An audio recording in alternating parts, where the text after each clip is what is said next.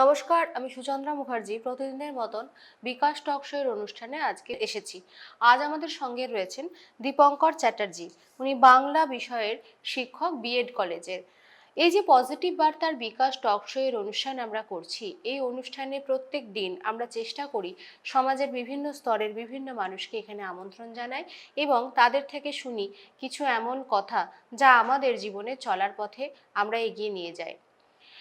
আমাদের এই বিকাশ টক শোর অনুষ্ঠানে যদি কেউ পার্টিসিপেট করতে চান, তারা সরাসরি আমাদের সাথে যোগাযোগ করতে পারেন শান্তিনিকেতন মেডিকেল কলেজ ও হাসপাতালে।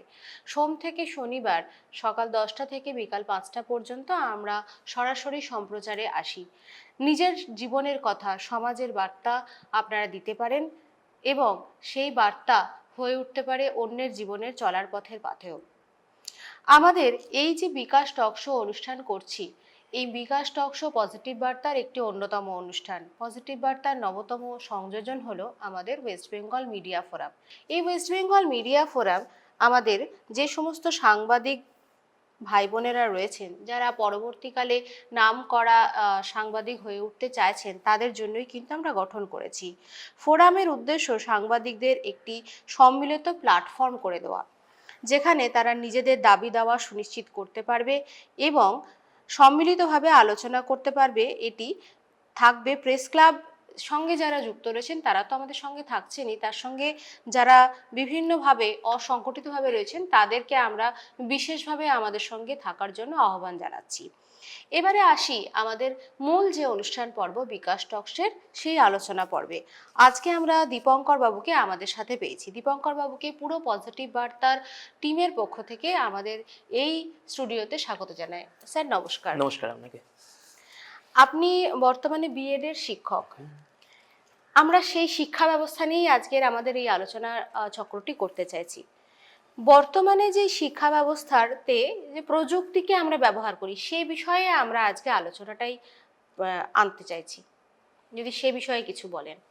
প্রযুক্তি নিয়ে যদি বলতে হয় তাহলে বলবো যে আগের পূর্বের যে আমরা শিক্ষা ব্যবস্থা দেখেছি তখন কমিউনিকেশন ছিল না, নয় কমিউনিকেশন ছিল, কিন্তু আজকের মতো কমিউনিকেশন এত ফাস্ট ছিল না, এত দ্রুত ছিল না। সেখানে অপেক্ষার একটা ব্যাপার আমরা দেখতে পাই। কিন্তু যত টেকনোলজি আস্তে আস্তে উন্নত হতে থাকলো, প্রযুক্তি উন্নত হওয়ার সাথে সাথে আমাদের সামনে যেসব নলেজ, আগে যে নলেজগুলো আমাদের অফলাইনে স্টাডি করতে হতো, সেই নলেজগুলোকে আমরা এবার ইন্টারনেট থ্রুতে আমরা যেমন পাচ্ছি প্রযুক্তির জন্য। আমাদের কাছে নলেজের যে পাওয়াটা, এটা অনেক আমাদের কাছে ইজি হয়ে গেছে বর্তমানে। এছাড়া আমাদের যে টেকনোলজি, সেই টেকনোলজি এখন এই যে এডুকেশন ফিল্ডেও টেকনোলজির প্রবেশ কিন্তু ঘটেছে বর্তমানে। টেকনোলজিকে ইউজ করে কিভাবে বেটার এডুকেশন সিস্টেম তৈরি করা যায়, সেটা তো আজকের দিনে আমরা দেখতেই পাই যে একটা ক্লাসরুম, সেখানে আমরা স্মার্ট বোর্ডের ব্যবহার, ওভারহেড প্রজেক্টর, সেখানে বিভিন্ন অনলাইন সোর্স ইউজ করা হচ্ছে এডুকেশনকে আরও সমৃদ্ধ করার জন্য ক্লাসরুমকে। তো প্রযুক্তির যে ভূমিকা এখন গুরুত্বপূর্ণ, সেটা তো অস্বীকার করা যাবেই না। স্যার, আমার দ্বিতীয় যে প্রশ্ন, বর্তমানে প্রাথমিক শিক্ষা ব্যবস্থাকে কিভাবে আরো প্রাণবন্ত করা যায় সে নিয়ে যদি কিছু বলেন। বর্তমানে প্রাথমিক যে শিক্ষা ব্যবস্থাটা, সেই প্রাথমিক শিক্ষা ব্যবস্থাটা এখন যেরকম বলা হচ্ছে বিভিন্ন এডুকেশন পলিসিগুলোতে, যে শিশুকে প্র্যাকটিক্যাল লাইফের সঙ্গে রিলেটেড করতে হবে, তাকে বাস্তব যে লাইফ তার সঙ্গে রিলেটেড করে পড়াশোনা করাতে হবে।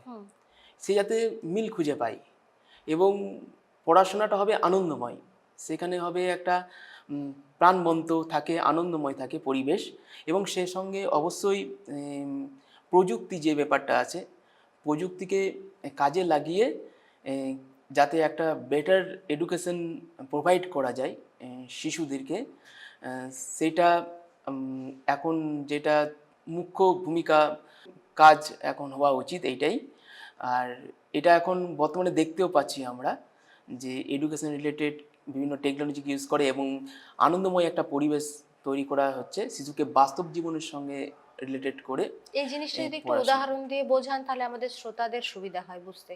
যেমন যদি আমরা ধরুন একটা উম, শিশুকে শেখাচ্ছি আমরা যে বৃক্ষ গাছ, হুম। সেই এই, আমরা তো টেক্সট বইয়ে গাছ শিশুদেরকে হয়তো জানালাম, কিন্তু সেটা যদি আমরা একটা সজীব একটা গাছের চারাকে এনে আমরা যদি সেইখানে স্কুল যে প্রাঙ্গণ আছে সেই প্রাঙ্গণে আমরা সেই চারাটাকে যদি শিশুদের দ্বারা রোপণ করানো হয় এবং সেখানে প্রতিদিন জল দিয়ে শিশুদেরকেই দায়িত্ব দেওয়া হলো যে তোমরা সেটা পরিচর্যা করো গাছটার, এবং গাছটার কি পরিবর্তন হচ্ছে তোমরা বলো, activity based learning, activity based, এবং সেটা হবে মানে পুরো জয়ফুল অলসো। হ্যাঁ জয়ফুল এবং বাস্তবতাকে নিয়ে আচ্ছা। থাকে।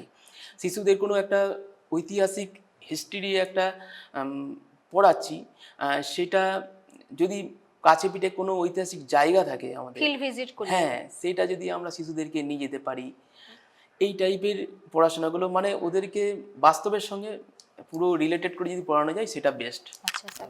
স্যার আমার থার্ড প্রশ্ন, বর্তমান প্রাথমিক শিক্ষা ব্যবস্থায় শিক্ষক শিক্ষণের ভূমিকা নিয়ে যদি কিছু বলেন। প্রাথমিক শিক্ষা ব্যবস্থায় শিক্ষক শিক্ষণ বলতে দেখুন যারা এখানে ট্রেনি টিচার্স তারা তো ডিএলএড করছেন, তারা তো পড়াবেনই এবং সেই জন্যই ডিএলএড কোর্সে ভর্তি হয়েছেন।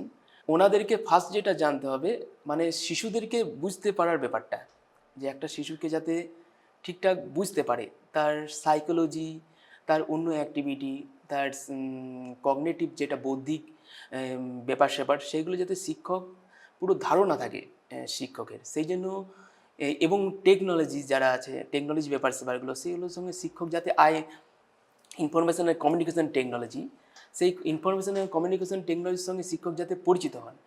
এই যারা ট্রেনিং করছেন তারা যদি এইসব রিলেটেডগুলো পরিচিত হতে থাকেন তাহলে কী হবে, তারা ওনারা যখন শিক্ষকতা প্রবেশ করবেন তখন ওনারা বেটার মানে আরও ভালোভাবে নিজেদেরকে প্রেজেন্টেশন করতে পারবেন এবং ভালো শিক্ষক হিসেবে তুলে ধরতে পারবেন শিশুদের একদমই কাছে। স্যার। স্যার আমার শেষ প্রশ্ন, এই যে পজিটিভ বার্তা, এই বিষয়ে আপনার মতামত যদি বলেন। পজিটিভ বার্তা বলতে একটা ইতিবাচক ভাবনা, যেটা বাংলায় আমরা বুঝি যে ইতিবাচক একটা কথা ভাবনা। আমরা যদি বার্তা মানে হচ্ছে আমরা প্রেরণ করি কোনো কিছু একটা বার্তা দিই কথা বলি, তো আমাদের সোসাইটিতে যে সমাজ সেই সমাজে তো বিভিন্ন মানে পজিটিভ কর্মকাণ্ড কিন্তু মানে ঘটে চলেছে। কোনো হয়তো আমরা দেখতে পাই যে হয়তো স্টেশনে কোনো একটা শিক্ষক সে স্টেশনে রিলেটেড যেসব শিশু আছেন তাদেরকে এডুকেশন প্রোভাইড করছেন, এটা তো একটা ভালো একটা জিনিস, একটা ওইখানকার শিশুরা শিখতে পারছে। তো এই সব খবর রিলেটেড বা যদি কেউ ভালো ট্যালেন্ট থাকে কারোর, ভালো শিল্প ভালো পারে, যে কোনো ট্যালেন্ট হতে পারে, তো এই ট্যালেন্টগুলোকে যদি তুলে আনা যায়, এই ট্যালেন্টগুলোকে যদি আমরা সোশ্যাল মিডিয়া প্ল্যাটফর্মে, আমরা এখন সোশ্যাল মিডিয়া তো আমাদের হাতে হাতেই মোবাইল, তো এই সোশ্যাল মিডিয়ার মাধ্যমে যদি আমরা এই সব মানে সমাজ বদলের যে চেষ্টা যদি আমরা তুলে পজিটিভ আনতে পারি তাহলে কি হবে, আরো অনেক মানুষ এটার সঙ্গে পরিচিত হবে এবং এটার সঙ্গে আরো ইতিবাচক ভাবনায় জড়িত হবে। একদমই। স্যার আমাদের পজিটিভ বার্তা পুরো টিমের পক্ষ থেকে আপনাকে আমাদের এখানে থাকার জন্য অসংখ্য ধন্যবাদ জানাই এবং আশা রাখি যে আগামী দিনে আপনার সঙ্গে আমাদের অন্য বিষয় নিয়ে আলোচনা হবে।